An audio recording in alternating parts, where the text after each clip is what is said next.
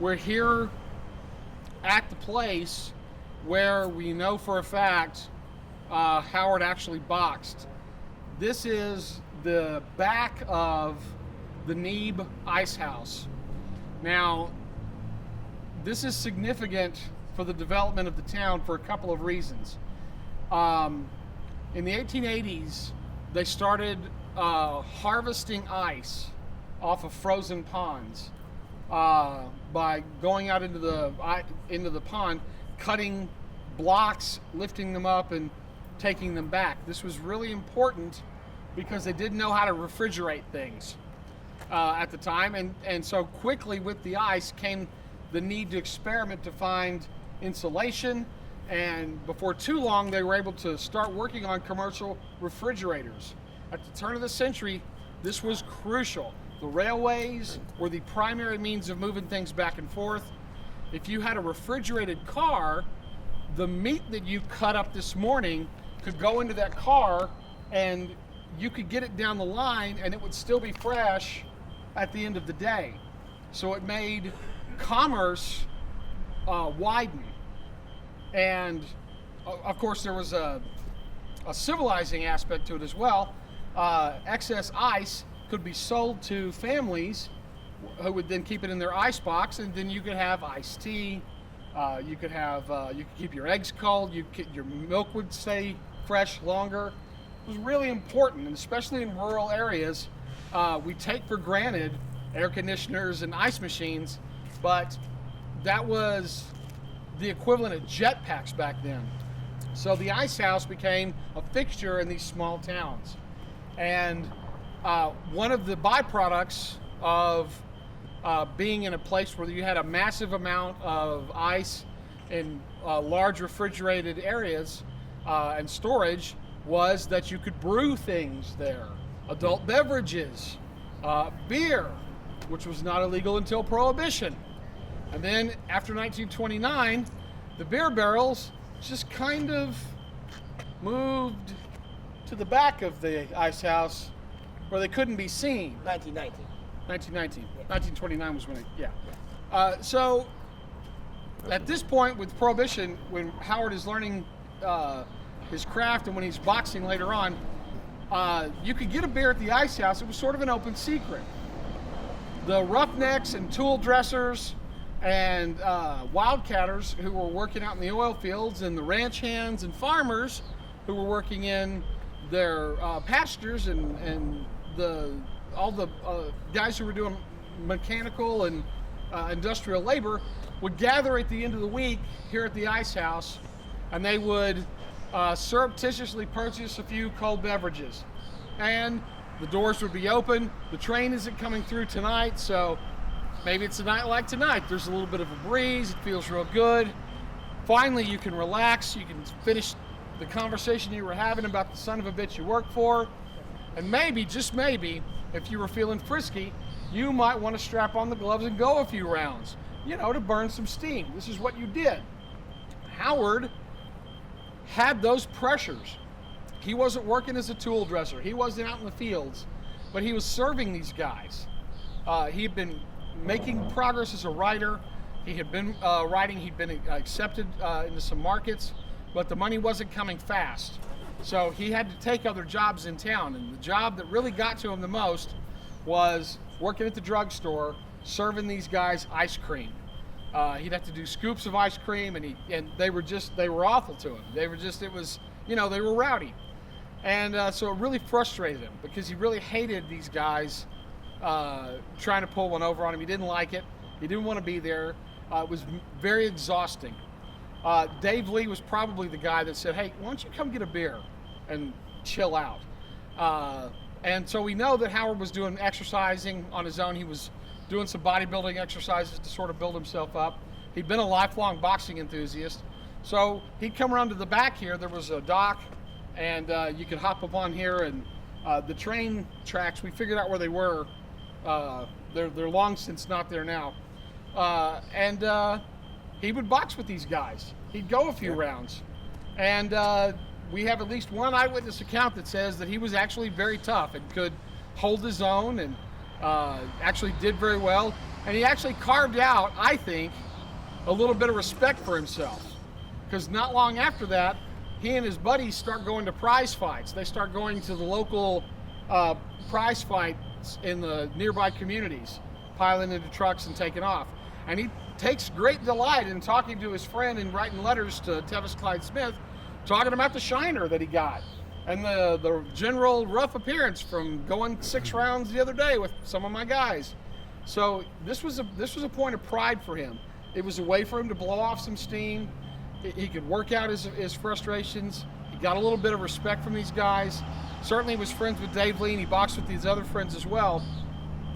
But it wasn't long after this that Fight Stories magazine hit the stands. Now, we don't know which issue Howard bought, but it appeared in 1928, and by 1929, Howard had a story in the magazine. So it's very likely he got the first issue, and from that first issue started trying to figure out what he was going to do. And he had a lot of false starts and a lot of missteps and a lot of things that didn't quite gel until he finally landed with one. The story was The Pit of the Serpent. It was the first published Sailor Steve Costigan story. And the nice thing about Fiction House was Fiction House paid on acceptance rather than on publication. So he would send a story in to Jack Byrne at Fiction House, and if Jack Byrne liked it, he'd send back a check and say, hey, we're gonna buy this. So all of a sudden, checks were flowing into the house. He'd figured out how to crack this fight market, and they liked his stuff and were buying things. And so this was a real turning point for Robert. This is actually a copy of that Fight Stories magazine that Howard first appeared in. The story was Pit of the Serpent, and this is actually courtesy of Patrice Louinet, who kindly gave this to me as a gift just yesterday, because he's that kind of guy. Let it never be said that the French are not generous. Yeah. So if you guys would like to take a look at this, I'll pass it around if y'all be kind of careful with it. Sailor Steve Costigan was a watershed. This was not like something he'd written before, and certainly not anything he got published before. Why don't you tell him, Chris, what it is about Costigan that was so different and so great, and why we all are big fans of the Sailor? Well, it was the first time where I think Robert E. Howard got a chance to inject himself directly into his fiction, rather than just shades of his personality or the things that he was thinking of at a time.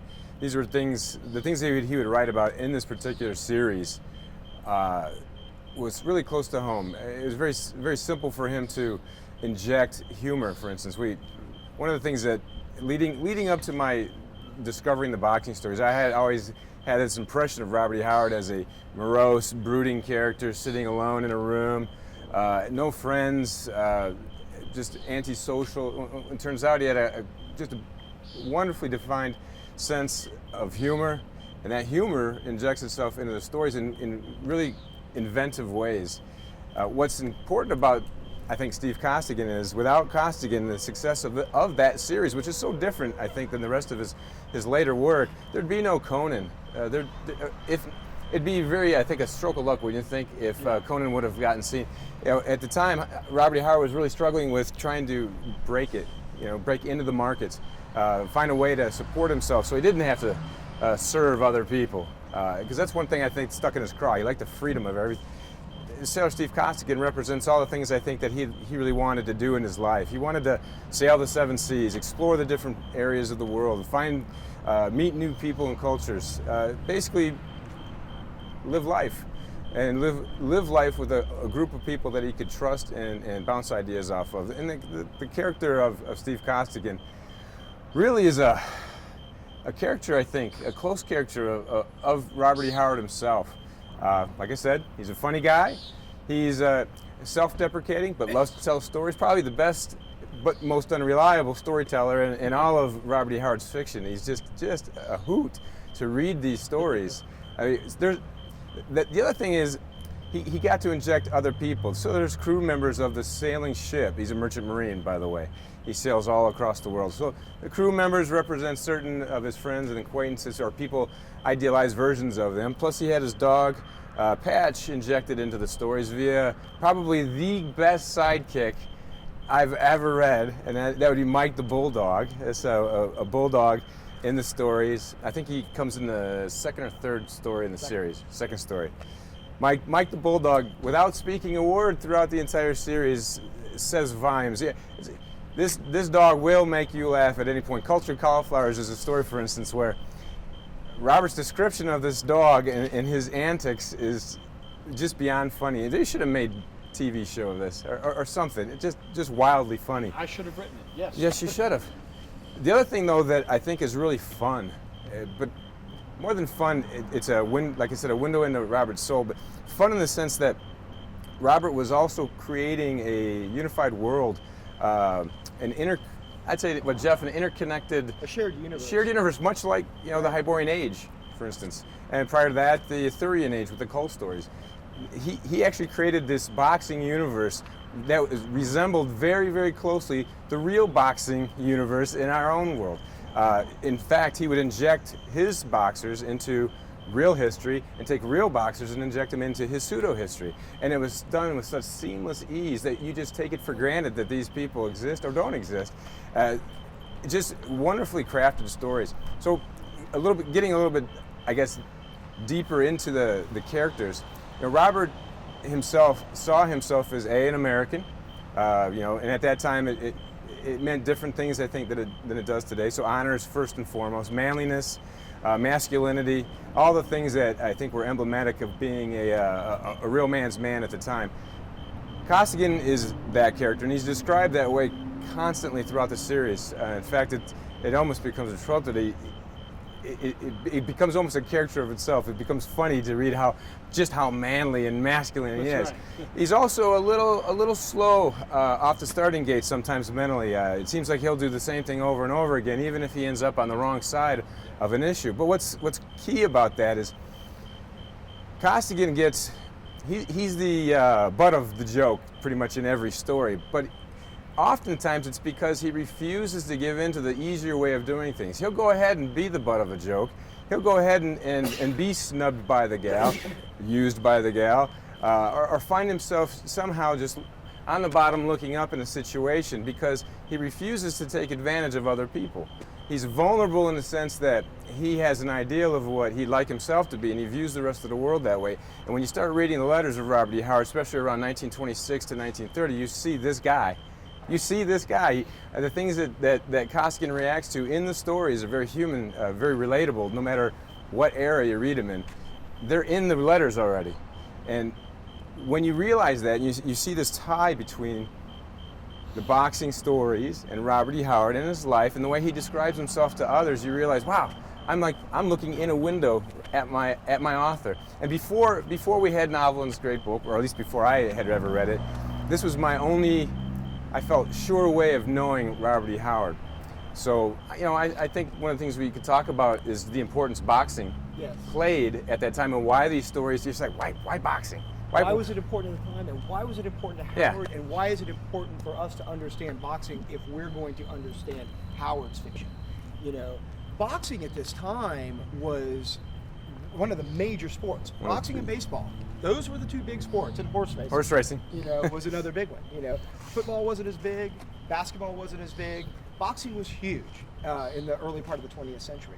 At the time, Howard, in the early 20s, when he was fighting and when he was getting ready to start writing boxing stories, Jack Dempsey was the heavyweight champion of the world. He was one of the most famous men on the planet. A true celebrity. Today we're inundated with celebrities. There weren't that many celebrities back then. You had Rudolph Valentino, you had a few others, and you had Jack Dempsey.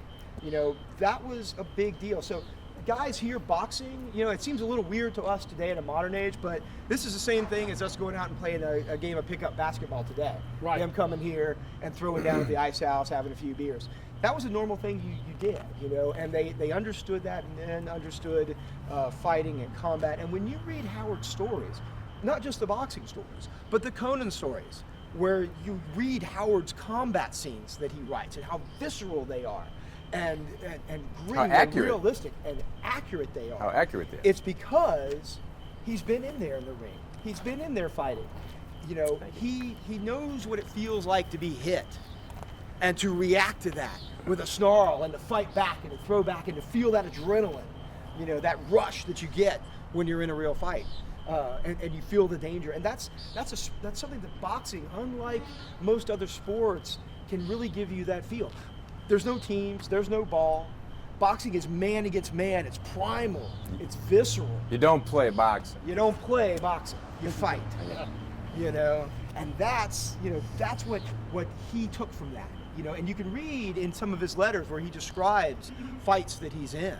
And you know that he's felt that. He's been in there. If you've ever been in a fight, you know that feeling. And you read that letter, you're like, yeah, okay, I know what he's talking about. Okay. Did he exaggerate some? Absolutely he did. But that core is there. You know he was doing it. He was shedding blood. He was shedding sweat. He was trading blows. And that then it's reflected then in his fiction. When he writes a fight scene, he knows what he's doing. You know, even if they're fighting with swords or axes, right? That primal one man against another man. That feel that must have been what it was like. Right. Yeah. You know. Yeah. Well, and that's why, you know, understanding the boxing and getting that, that's where you can really sort of understand his fiction. You can see that in there, also, even in the other fiction. Also, a great chance for a hero to redeem himself within seconds. So a chance to pick himself up off the canvas, which is a truly Howardian characteristic, whether it's boxing or historical fiction, westerns. It's always put in a position where it's going to take more than quick wits. It's going to take more than I don't know, the Batmobile to come flying up. It's got to come from within, and that's really important to Howard's characters. This reminds me of a passage from a story. Which one? Perhaps. Oh, you mean Bulldog Breed? Yes, for example. Bulldog Breed. All right, before I read this passage, and the reason why we're going to read it is because it's a great segue into the kind of fiction, the kind of heart that Howard really loved. Plus, it also talks about Mike the Bulldog. Yes. This is, I'll make an admission here. So I've read just about everything Robert E. Howard's written. I've read a great deal many other things. Only one time in my life have I ever had, you know, actual tears come to my eyes. It ain't bawl or anything like that. Manly tears. Okay? Yeah, Tears. There's a dust storm in my room as I read this story. Bad allergies. I happen to have a dog named Cull. Yes. It was a white pit bull that my wife and I picked up as a puppy. And the bond that I had with this dog was incredible. And throughout these cherished stories, this kind of love that Robert E. Howard had for his own animal is reflected in actually just a bright light is shined on this relationship between a rough and gruff sailor of the seven seas who fights in every port, bloody, you know, according to Steve Koskinen, he's left body parts in every port of the world. There's a body part, there's DNA everywhere, and it's all bloody, okay? But his love for his dog and the dog's love for him, it's so well written. This particular story, Bulldog Breed, I'm not going to get into the whole story. I'd like you to read it at some point. These are all short stories too. This particular one, we're at a point where Sailor Steve Koskin's fighting basically a professional fighter. He's the champion of the French Navy, and this particular he's what often Howard antagonists are. They're usually very bright, they're swarthy, handsome, everything that Howard felt he wasn't. And he's pitted directly against him, and he's done everything he can. He really has reached deep down, and he's just not going to win. There's just nothing left for him, he thinks, to pull himself off the canvas and beat this guy, or even just survive the count. And Koskin's never been knocked out, so this is a big deal for him. So that's setting the table for Koskin laying there, seems to be down and out, very un-Conan-like in the sense that this is a modern story with things that we'll all be able to relate to. There's no swords, there's no wizardry or anything like that. So bear with me as I find the paragraph. So here we go. I was on the canvas, and this time I felt that it was to stay. Dim and far away, I saw Francois, and somehow I could tell his legs was trembling, and he was shaking like he had a chill, but I couldn't reach him now. I tried to get my legs under me, but they wouldn't work. I slumped back on the canvas, crying with rage and weakness. Then through the noise, I heard one deep, mellow sound like an old Irish bell almost. Mike's bark. He wasn't a barking dog. Only on special occasions did he give tongue. This time, he only barked once. I looked at him, and he seemed to be swimming in a fog. If a dog ever had his soul in his eyes, he had. Plain as speech, them eyes said, "Steve, old kid, get up," and hit him one more blow. Hit him one more blow for the glory of the breed. I tell you, the average man has to be fighting for somebody else besides himself. It's fighting for a flag, a nation, a woman, a kid, or a dog that makes a man win. And I got up. I don't know how. But the look in Mike's eyes dragged me off the canvas just as the referee opened his mouth to say 10, but before he could say it. In the midst, I saw Francois, his face white and desperate. The pace had told. Them blows I'd landed from time to time under the heart had sapped his strength. He'd punched himself out on me. But more than anything else, the knowledge that he was up against the old bulldog breed licked him. I drove my right smash into his face, and his head went back like it was on hinges, and the blood spattered. He swung his right to my head, and it was so weak I laughed, blowing out a haze of blood. I ran my left to his ribs, and as he bent forward, I crashed my right to his jaw. He dropped, and crouching there on the canvas, half supporting himself on his hands, he was counted out. I reeled across the ring and collapsed with my arms around Mike, who was whining deep in his throat and trying to lick my face off. It goes on after that. The fact is, Francois didn't get up, but he could have. You know, while Koskins laying there, he's desperate. He's basically crying in rage. He's shamed by the fact that he can't get up. He's got the will. His body just can't do it. He needed something else to pick him up, and it was his dog, the love, the connection. And that's just really deep. When I read if you read this, you'll see the stuff that sets it up beforehand. It's a terrible beating that he takes, which is usually the case, right? He takes a terrible beating. Francois, he's up on his hands.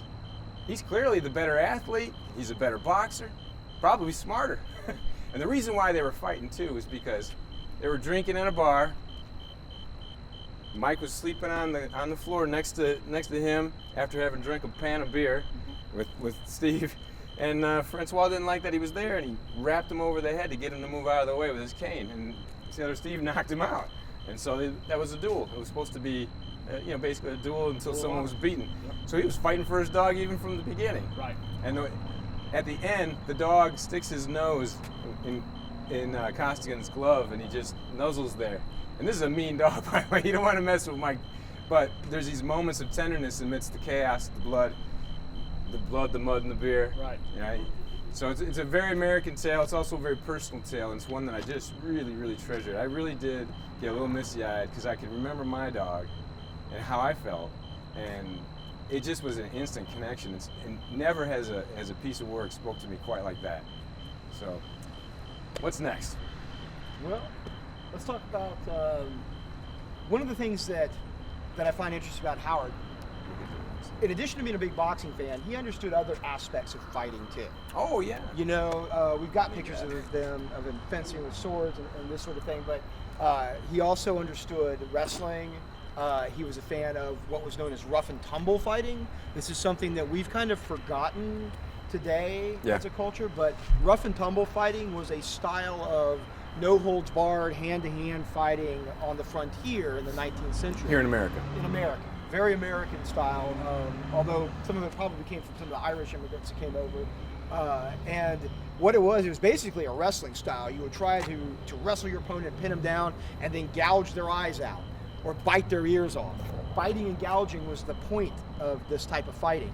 And that's where our word today, rough and tumble, that's what it comes from. It's from this style of frontier fighting. Howard, we know in his letters he talks about doing this with his friends. Of course, he's still probably exaggerating. And he does. They talk about knocking each other out and trying to thumb each other's eyes out and do all of this. But he incorporates this into some of his stories. In Pit of the Serpent, the very first Steve Costigan story, the fight is actually not a regular boxing match, but it's a illegal bare knuckle boxing match in a concrete pit. Right, this little enclosed pit. So think of the scene from the Arnold Conan the Barbarian, right, fighting in this pit. And he describes it. Bare knuckle boxing is very different than boxing with gloves. People don't understand. Gloves are not to protect your opponent. Gloves are to keep you from breaking your hands, and they allow you to hit harder. So bare knuckle boxing is very different. You can't just hit as hard as you can. It's a very different style of fighting. And you can tell from the way Howard writes in the story that he's familiar with this. He understands this. He knows the difference between bare knuckle boxing and gloved boxing. And he describes it being in this cramped little pit, and when he's swinging, he's scraping his elbows on the concrete and all this. And you can tell that it's, he's channeling this atmosphere right here, right? This cramped space, with imagine, guys piled up on bales of hay, hanging literally almost from the rafters, all over here in this cramped little space, man to man, toe to toe, no room to move. Crowding in the door. Couple dozen sweaty dudes circling you. He understands this. He understands bare knuckle boxing. He understands rough and tumble fighting. He talks in his letters about professional wrestling, and understands about how professional wrestling was worked, or started to become choreographed. And this is in the 1920s. A great money ring. This is when professional wrestling was making that transition from a legitimate sport into a choreographed sport, for the most part. And most people in the public didn't get that. Howard understood that intuitively, because he talks about it in his letters about, these guys are working this match, but they understand, that they can do it for real if they want to. So he understands submission grappling as well. These are things that now, with MMA being popular, in popular culture, we're starting to understand different types of combat sports. Howard was onto this type of stuff early on. He was a big fan of fighting in all kinds of hand-to-hand combat, and it shows in his story. He was knowledgeable, right? He was very knowledgeable, and you see this in a Costigan story. There's a Costigan story called Hard-Fisted Sentiment, and Hard-Fisted Sentiment is really cool. Costigan, you can tell, boxing's going to be a narrow genre in which to work. It's actually a subgenre of sports in general. So you're talking about a very narrow of opportunity to capture your audience, and do so in a different way each time. And he did. Ghost stories, MMA types. He did it. If he could find a way to mix it up, he did. Very inventive and clever. But this particular story, Hard-Fisted Sentiment, despite having a truly hilarious opening 2 paragraphs, I think is very funny. He actually finds a way for Steve Costigan to, I think he finds a way for himself to speak to his fans about his own knowledge of, like you said, combat sports. He talked about French savate, jiu-jitsu, straight boxing, a little bit of rough and tumble, all this in what may very well be the first MMA-based fiction story. This is more than just decades ahead of the UFC. I mean, we're talking 60 plus years before the UFC really became something that was a household name across the world. I found Hard-Fisted. You found it? Yeah. And again, using humor, he's able to weave in very accurate portrayals, descriptions of different fighting styles that, outside of the magazines like National Police Gazette or some of those other sporting type magazines, most people didn't know any of these things. Certainly not people here. I know I remember speaking with my grandpa, who was a boxer, and he's like, I have no idea what French savate is. I have no clue. And not only did Howard know about it, when he was writing their styles when they were fighting each other, it was accurate. The leaning back on the foot, for instance, savate is a type of fighting sport where they lean very, very far back, they hinge their hip, and they lift their leg as high as they can, and they bring it down in arcs very fast. It's just a different way of fighting, and of course jiu-jitsu is more of a grappling ground with hips and throws. Yeah, and when he's saying jiu-jitsu, he's really referring more to what we think of as judo today, because it was a form of jiu-jitsu that was being spread around the world by the students of the man who invented judo, Jigoro Kano, and that's how the West, when they first discovered Asian martial arts, it wasn't karate or kung fu, it was jiu-jitsu that was really the first Asian martial art brought to the West, and that's what Howard was talking about, was familiar with. So here we have an opportunity to see, again, Howard's love of this type of combat sport, but it's not just love for love, just to beat somebody up. It was an opportunity, again, always framed in a certain few dynamics. Honor, honor for friends, honor for family, and it's usually framed in a masculine and very manly sense. At a time which really was at the end of the beginning of the Industrial Revolution in America. I mean, in the past 20, 30 years, you had the old patrician way of manliness. It had basically been succumbed had given way to a kind of a national sense of male anxiety, really. And we learned that from about 1890 to 1920, 1930. Men were trying to find the new themselves. They were trying to figure out, what am I, how am I good to my family, and what ways can I be useful? And one of the ways was discovered through the example of John L. Sullivan, actually, going back to another guy who actually made his hay with his knuckles, and was that last bare-knuckled boxing champion. The heavyweight champion of the world in boxing resided here in America. Another important ingredient. Again, Robert E. Howard really saw himself as an American and a Texan, especially. And so these dynamics were entwined in really a modern fiction. It's fascinating to know that a guy here in this essentially pit was that knowledgeable and took the time and care. You mentioned earlier that they were going to the American Legion and different areas to watch boxing, and he even tried his hand at promoting, but he loved the sport so much that he hitchhiked to San Antonio. Hitchhiked from here to San Antonio to watch a big-time fight. He listened to fights on the radio. He talked with people here in town. We read his letters, which you can get in the collected letters. He's like, I'd like to spar with you again. He's talking to his friends. Boy, when we were rolling, it was something. It was really something. You left me with a big shiner. We know he did these things. So it's a very Hemingway, London type of, leading with your chin, so to speak, literally. And I think that's really a fascinating aspect that most people aren't aware of. He's usually just the guy that created Conan, which is great, but there's so much more to it. And this is one aspect of it. And what I was trying to say earlier, Jeff, was that the heavyweight champion of the world resided in America for a very, very, very long time.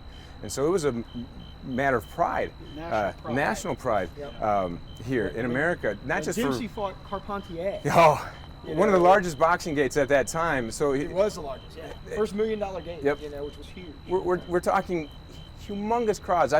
We've seen pictures. We see boxing today, we see 20, 30,000 people. We're talking 100,000 plus people packed in, looking out with not the benefit of technology where you can see something on a giant screen. It's just a little tiny thing, and they're all just going crazy. Right. Dempsey fought the European champion. And he won. To keep the belt. Destroyed him. Right? Yeah. So that's hard-fisted sentiment. You want to read the opening, or do you? Okay. Well, the reason why I like the opening of this. Oh, what happened? Siri wants to help me. Yes. Siri wants to help me. Siri can eat a bag of fire. Siri, find us a Steve Costigan story. One of the things about Costigan too is that he's fond of drinking beer, and Howard was fond of drinking beer. One of his letters he just casually mentions, "Hey, that 5 gallons is brewing up just fine. When you get to town and hang out with me, we're gonna have a dandy time." So here we are. Hard-fisted sentiment starts out this way. I think this is so great. We're kind of into by this time we're about the 8th or 9th story that's been written or actually published for Costigan. So he's established a crew. So we have people that show up over and over again. We also have the dogs. So we have a pretty tight understanding as the reader at this time. They have a tight understanding of who it is they're reading. I was feeling so good when I come into the American bar that I essayed a handspring in the middle of the floor to the astonishment of the onlookers and my white bulldog Mike. I wasn't drunk nor nothing. That's his ship. The Sea-Girl had just docked in Port Arthur a few hours ago, and I was so blame glad to be on shore leave again. But I reckon I ain't quite as spry as I was in the days when I used to turn handsprings in the ring at the end of my fights to show the customers how little I minded taking a 15-round beating. I kind of piled up on a reef, so to speak. Or, in other words, I catapulted into a table, knocking it over with a fellow under it that has been sitting there with his head in his hands. As I kicked the ruins off of us, I looked with amazement into the wrathful face of the Sea-Girl's captain. Now, Captain is one of the recurring characters, and his name is, we never know what his real name is, but he's the Old Man, which is, I think, a nod, to London and the Sea Wolf. Right. So, I can go on with this, but the point is that he mixes humor in like that, and the way he speaks is very salty. He took his time. We know that through his library, he had several books that would, so he could actually talk about the ships that, he was encountering, or the ports of the world, and who might be in them. And each place had a different name, and a set of streets, and they're all seedy and dirty and scary, but filled with potential adventure around every corner. I just love that. I can't even imagine some guy, big hairy guy, coming into the bar, doing a handspring, his dog watching him go and crashing into a table where his old man, the old man is sitting there. Of course, it has to be this cantankerous old fellow who's constantly complaining about Costigan. Back and forth they go, but all the time. This particular story, he's got to save the ship, the Seagirl, because the old man doesn't have enough money to pay to keep her afloat. And of course, off he goes, and he'll end up fighting 3 people to get the money to save his captain's ship, showing again that he wasn't fighting for himself. He wasn't even fighting for a paycheck, and it's so far as he could help somebody else. Almost always in a Costigan tale, Steve is willing to help somebody else, even when he's made the butt of a joke and realizes that he's been used and abused over and over again. He still does it because he feels that that's his fellow man right there. That's a person that I need to stand up for. That's a really cool thing, and Howard was talking at that time that he was writing these stories. That attitude shows up in his letters, personal letters to other people. Again, an opportunity to see your favorite author in a modern setting in these wonderful tales. And we put together a 4-volume set for the Robert E. Howard Foundation Press. And it's 4 volumes of boxing stuff, and that's only the stuff that we still have. There's other stuff that never made it. Yeah. That's why don't I read a favorite story? We can end with you reading one of your things, because everybody wants to hear Mark Finn read his Costigan, right? Everyone wants to hear that. Let me. One of my favorite boxing stories isn't actually a boxing story. It's the first Breckinridge Elkins story. How many people here are familiar with Breckinridge Elkins? A few of you, right? Okay. So Breckinridge Elkins is a later character that he created. It's similar to Costigan in that it's a humor series, and Breckinridge Elkins is a humorous character, but these are humorous westerns. Breckinridge Elkins is a mountain man on the frontier who, like Costigan, he's not very bright. He's got a lot more brawn than he does brains, and he comes down from the hills and he interacts in the cow towns and what passes for civilization on the frontier. And so in some ways he's kind of like a Conan type figure. He's this sort of barbarian who becomes the monkey wrench in the cogs of civilization, such as it was on the frontier. And he always gets into trouble and he misunderstands things. But in the very first Breckinridge Elkins story, it actually has a boxing match in it, and Breckinridge Elkins participates in a boxing match.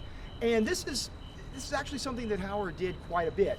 When he's trying out a new genre, he would often, in the first story, have elements from a previous genre that he was already comfortable with. When Howard was first trying to break into fight stories, the first story that he wrote for fight stories, it wasn't a Costigan story. It was a apparition in the prize ring. It was a boxing story that had a ghost in it. Weird boxing. He was trying to invent a brand new hybrid genre, weird boxing. It didn't. It unfortunately didn't take off the way Weird Westerns did. But he was, because he'd already been writing weird stories for Weird Tales, so he wanted to get into this new boxing magazine. But he was trying to still stay with something that he was comfortable with, and so he mixed a ghost in it. Fight Stories rejected it, and he ended up selling it to a Ghost Stories magazine. But that was his first attempt at writing a boxing story. When he started moving out of boxing and wanted to start writing humorous westerns, in his first one, he incorporates a boxing match. And so Breckinridge Elkins, who's this mountain man, who comes down to a town, he ends up being mistaken for a professional prize fighter who was supposed to be fighting in this big boxing match in one of these cow towns. And he ends up in the ring accidentally because they think he's a real boxer.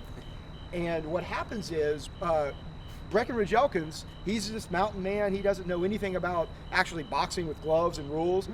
When he thinks of fighting, he thinks of rough and tumble fighting, like I was talking about earlier, biting and gouging. To him, that's what a fight is. And so he doesn't understand the rules, and it ends up turning into mayhem like most Breckinridge Elkins fights do. So they start fighting, and finally his cornermen are trying to explain to him, this is a fight, you got to. And he's like, why is that guy hitting me? And, well, you're in a fight. Get out there. Oh, a fight, no problem. So we'll read a little bit here. All right. There we go. I said, suddenly seeing the light, this here's a fight, ain't it? McVeigh, that's his cornerman, gave a low moan, and Kirby reached for his gun. But just then the referee hollered time, and I jumped up and ran at O'Toole. That was his opponent, the boxer. If it was a fight he wanted, I was satisfied. All that talk about rules and the yelling of the crowd had me so confused I hadn't known what it was all about. I hit at O'Toole, and he ducked and hit me in the belly and on the nose and in the eye and on the ear. The blood spurted, and the crowd yelled, and he looked dumbfounded and gritted between his teeth.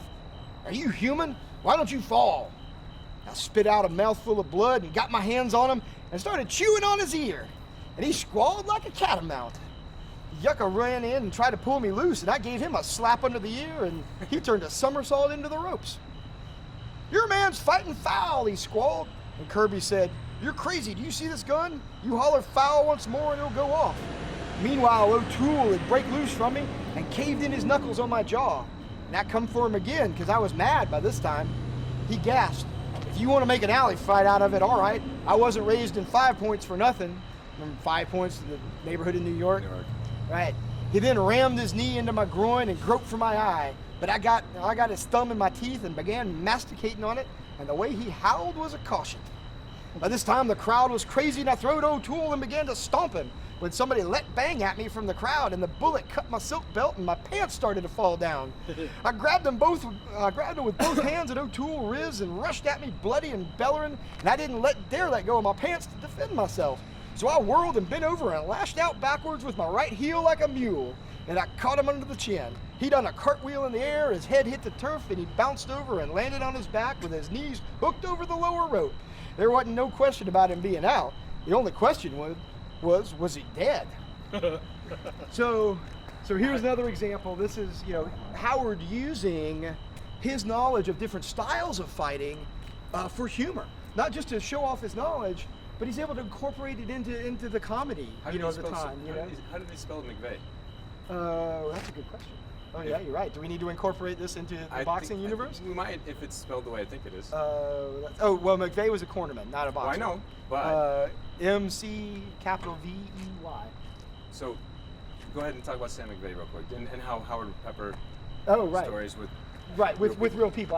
It's probably not supposed to be Sam McVeigh because this takes place earlier. I know. But Sam McVeigh was a famous boxer at the time, and so but and one of the best African American heavyweights at the time. I doubt that's him. But he's using the name. He's pulling names from that people would have been familiar with. And he did that on purpose. We talked earlier about Easter eggs. He's dropping Easter eggs in there. Yeah, exactly. Which is kind of neat if you're a person reading at the time and you see a name like that pop up and you've read some costume tales before and you realize it was Robert E. Howard that wrote it. You get the in jokes. So the reader felt pretty close to the author often when he would do stuff like this, especially when some of the antagonists were thinly disguised real people, right? And described it in very humorous terms. Right. The 5 Points reference in there. How many people here are familiar with saw the movie Gangs of New York? Right. So that was 5 Points. The fighting there. Howard, we know that he had the book Gangs of New York in his library. So he'd read the book that film was based on. So when he's dropping that reference in there, that's where that's coming from. So Howard knew boxing. That he was an amateur boxer and that he clearly knew his stuff. You're thinking to yourself, well, that's great, guys, but I'm not a big boxing fan. What's in these stories for me? The thing that originally drew me to these stories more than anything is the humor. They are really funny. I'm going to do something I haven't done in a while. The first boxing story I ever read from Howard was The Destiny Gorilla. And it absolutely sold me. Chris mentioned earlier that Howard's an unreliable narrator. You can't trust what he's saying, and unfortunately, you always are a step ahead of Howard, of Costigan, even when he's not a step ahead himself.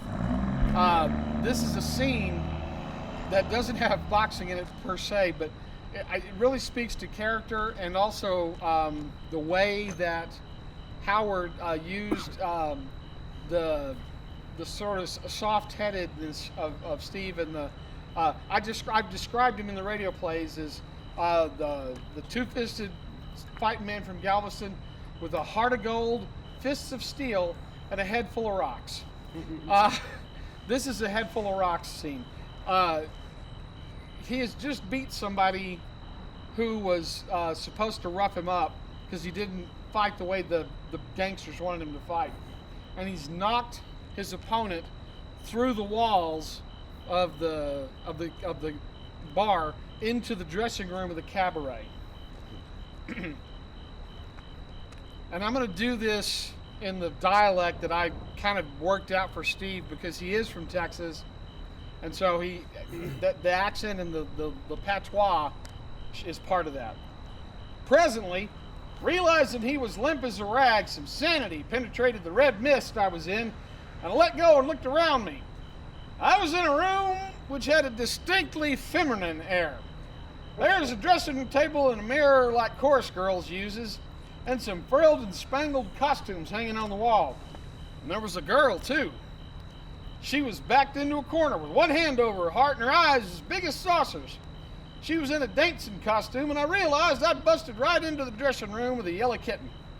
The hole I'd knocked in the wall was rimmed with awed faces, and Mike waddled through with a satisfied grin and a piece of bloody breeches in his mouth. I riz and tried to take off my cap, only to find I didn't have one on. "I begs your pardon, miss," I said with my usual quiet dignity. "It ain't my habit to bust in on frails this way. I'll take my leave and lug this hunk of shark bait with me." Do you know who that is?" she asked in a small, odd voice. "That's Gorilla Baker, and you've just licked him." "Indeed," I said politely, glancing at my victim with a little more interest. "I reckon you don't know who I am, miss, or you wouldn't act so surprised about me laying this thug out." I got him by the collar and hauled him back through the hole in the wall, where he was took in by the inmates of the joint, who took him and my first victim out back and poured water on him to revive him. The thug Mike had been took to the sawbones for stitches and other repairs. I stuck my head back in through the aperture to apologize some more to the frail. When into the room stormed the owner of the yellow kitten, tearing his scanty hair and wringing his hands. "What is this?" he howled. "Verdammt! I am ruined! Those wild men in the free and easy would bankrupt me. What has happened now? Ach, Gott, what a hole in my wall! A train could go through it! What was the crash I heard? I'll sue them!" "Oh, be quiet, Max," said the girl. "It can be repaired and I'll pay for the job myself." "Ah, you won't neither," I said indignantly. "I'll pay for it." "Aha! So you are the apes that breaks down mine wall?" "Yeah, I am, and if you don't like it, I'll get away. He run like a rabbit despite his build, and I bowed to the girl and said, "Pardon me some more, miss. I ain't gonna intrude on you none further. I'll send the carpenter around tomorrow." "Wait," she said, coming towards me and taking my hand. "Don't go. Come on in. I want a good look at the man who can knock out Gorilla Baker through a whole wall." "Yeah," said some of the guys. "Go on in and talk to her, Steve. We'll all come in." "Scram, you alley rats! Go someplace else before I forget I'm a jet." I moved on them, and they fled, shrieking in terror. Maybe they was just laughing. "Sit down," said the girl, pulling me up to a chair, and I'd done so. The fight had cleared my head, and as I looked at my companion, my heart pounded violently in my great, strong, manly bosom. She was so pretty, she made me dizzy. She sat down in another chair and scanned me admiringly, which caused me to involuntarily expand my huge chest and flex my massive biceps. "You must be Sailor Costigan," she said, "and this is Mike, your famous fighting dog." "Well, I don't fight him in the pits, but there ain't a dog in the Orient that can stand up to him for 4 minutes. Shake hands with the lady, Mike." He done so, but rather coldly. The softer sentiments mean very little to Mike. Sometimes it seems like he ain't got no heart at all.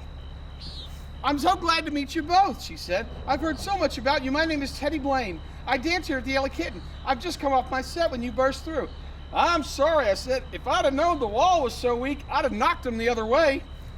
"Did you hurt your hand?" "Nah," I said, holding up my enormous mauler for her to see. "Just skin the knuckles a little. I soaks my fist regular in salt brine and whiskey." She touched it timidly and admiringly felt my iron biceps. "Gee, you're strong," she said. "I could go for you in a big way." "Well," I said, "you ain't so bad yourself. Suppose we go out somewhere and put on the feed bag for a starter." She sighed and shook her head, and her beautiful eyes was wistful and shadowed. "I don't dare," she said.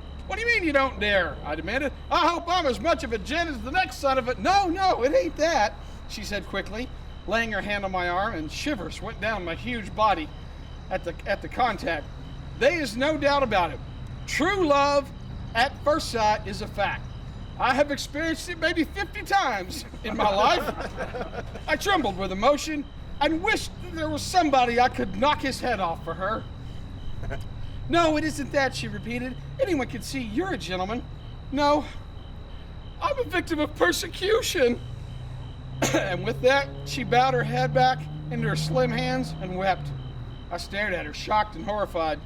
Somehow I discovered my manly arm had got around her supple waist. You mean to say that some low swine has been persecuting a girl as pretty as you? Yes, she sobbed, impulsively laying her head on my massive shoulder.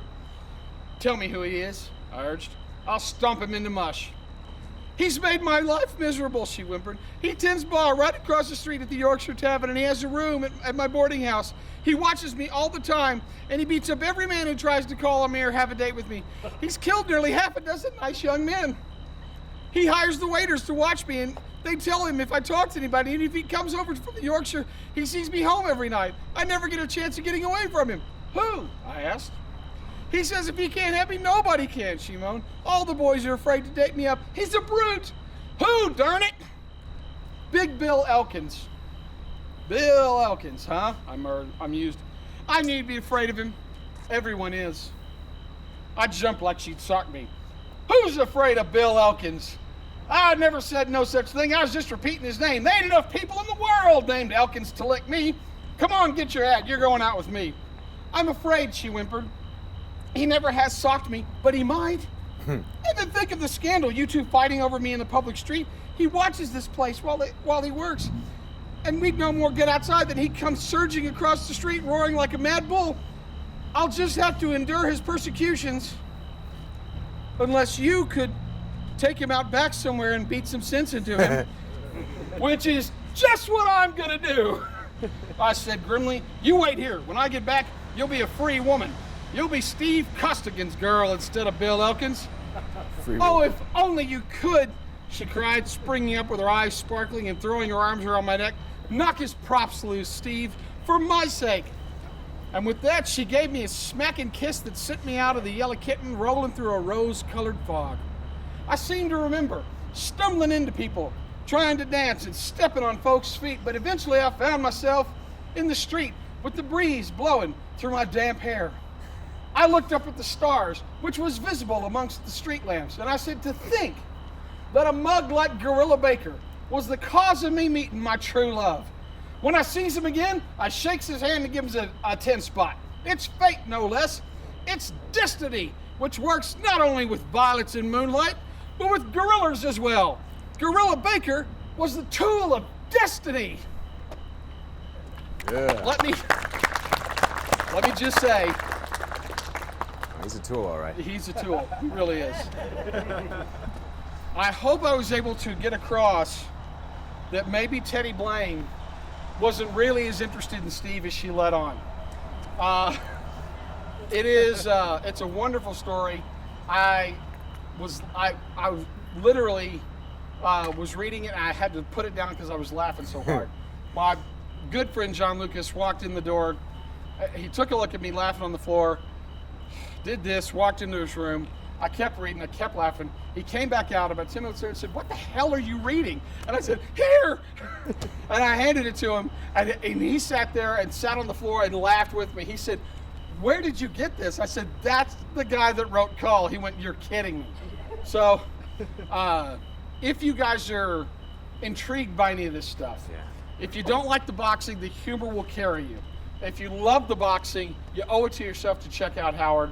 And honestly, I think that you have to start thinking about him as a well-rounded writer who not only wrote the scary, cool, violent, gory stuff, but also wrote the stuff that's full of heart and whimsy and fun and action and adventure. Because this was a big part of Howard's life, and it's something that he wrote for all of his professional career. So hopefully this has given you a better understanding of the boxing stories. If you have any questions, we'll be at the pavilion drinking beer. We're all parched and we're being chewed to death by mosquitoes. So thank you for your indulgence. Enjoy the rest of the Thanks, everybody. Thanks for coming out.